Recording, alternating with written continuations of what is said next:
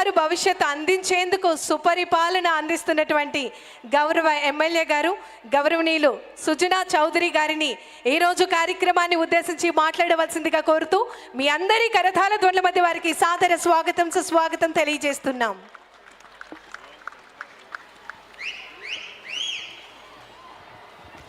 అందరికీ నమస్కారం. ముఖ్యంగా వేదికని అలంకరించి వెళ్ళిన మన ఎంపీ కేశినేని చిన్ని గారికి, హోమ్ మినిస్టర్ అనిత గారికి, మరియు రవికృష్ణ ఈగల్ ఐజీ గారికి, ప్రస్తుతానికి వేదిక మీద ఉన్న రాజశేఖర్ గారికి, సరిత గారికి, మిగిలిన ఆఫీసర్స్ అందరికీ, మరియు మా సుజనా ఫౌండేషన్ సిఈఓ పివి రావు గారు, నాగుల మీరా గారు, రామకృష్ణ గారు, మరియు ఈ ఛాంపియన్స్గా ఉన్న 5 మహిళా పోలీసులకి అందరికీ కూడా ధన్యవాదాలు, అభినందనలు.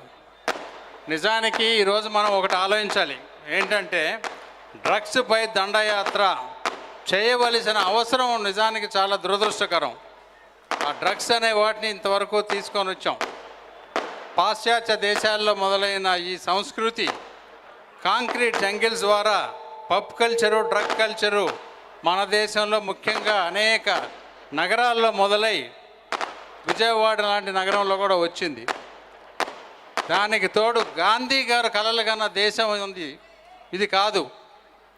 ఈరోజు దురదృష్టవశాత్తు గాంధీ గారి పేరుతో ఉన్న స్కూలు, గాంధీ గారి పేరుతో ఉన్న కాలేజీలో మనం దీని మీద దండయాత్ర కార్యక్రమం పెట్టాం. అది మంచిదే. పిల్లలందరూ కూడా దీన్ని యొక్క ప్రాముఖ్యత తెలుసుకొని, ఇందాక స్కిట్స్లో కానీ చిన్నపిల్లలందరూ చాలా బాగా యాక్ట్ చేశారు. అదొక యాక్షనే కాదు, కళ్ళ కట్టినట్లుగా న్యాచురల్గా కూడా ఉంది. డ్రగ్స్ని తీసుకోవటం అంటే వాళ్ళ జీవితం ఒకటే కాదు, వాళ్ళ తల్లిదండ్రులు, కొన్ని కుటుంబాలు, కొన్ని తరాలే నాశనం అయిపోతాయి. ఒకవేళ కనుక తండ్రులు తీసుకుంటే చిన్న పిల్లలు, పసిపిల్లలు అనాథలు అయిపోతున్నారు, వాళ్ళు చూసేవాళ్ళు ఉండరు. కాబట్టి డ్రగ్స్ మీద దండయాత్ర అనే ఉద్యమం మొదలుపెట్టారు. డెఫినెట్గా మన రాజశేఖర్ గారి ప్రోగ్రాం అది. ఆంధ్రప్రదేశ్ మొత్తం తిరుగుతున్నారు. చాలా మంచి కార్యక్రమం.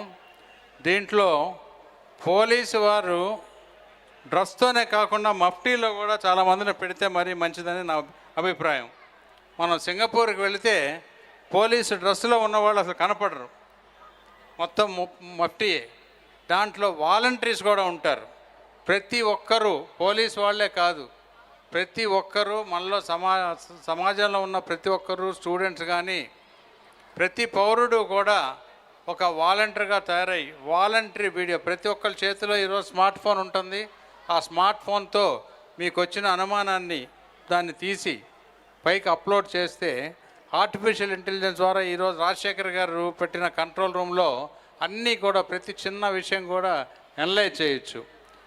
ఈ టెక్నాలజీ అని మనం అనుకుని దాన్ని వాడుకునే విధానం తెలుసుకోవాలి, కేవలం అనుకోవటమే కాదు. కాబట్టి ఇప్పుడు మనం నక్సలిజం మనకు దేశంలో స్టార్ట్ అయిందంటే వాళ్ళకి వేరే ఆశయాలు ఉన్నాయి. మనకి భారత రాజ్యాంగం ఉంది, రాజ్యాంగం మీద, ప్రజాస్వామ్యం మీద వాళ్ళకి కొన్ని నమ్మకాలు లేక వాళ్ళు మొదలుపెట్టారు. వాళ్ళు కూడా ఇప్పుడు జనజీవన స్రవంతిలోకి వచ్చేస్తూ ఉన్నారు.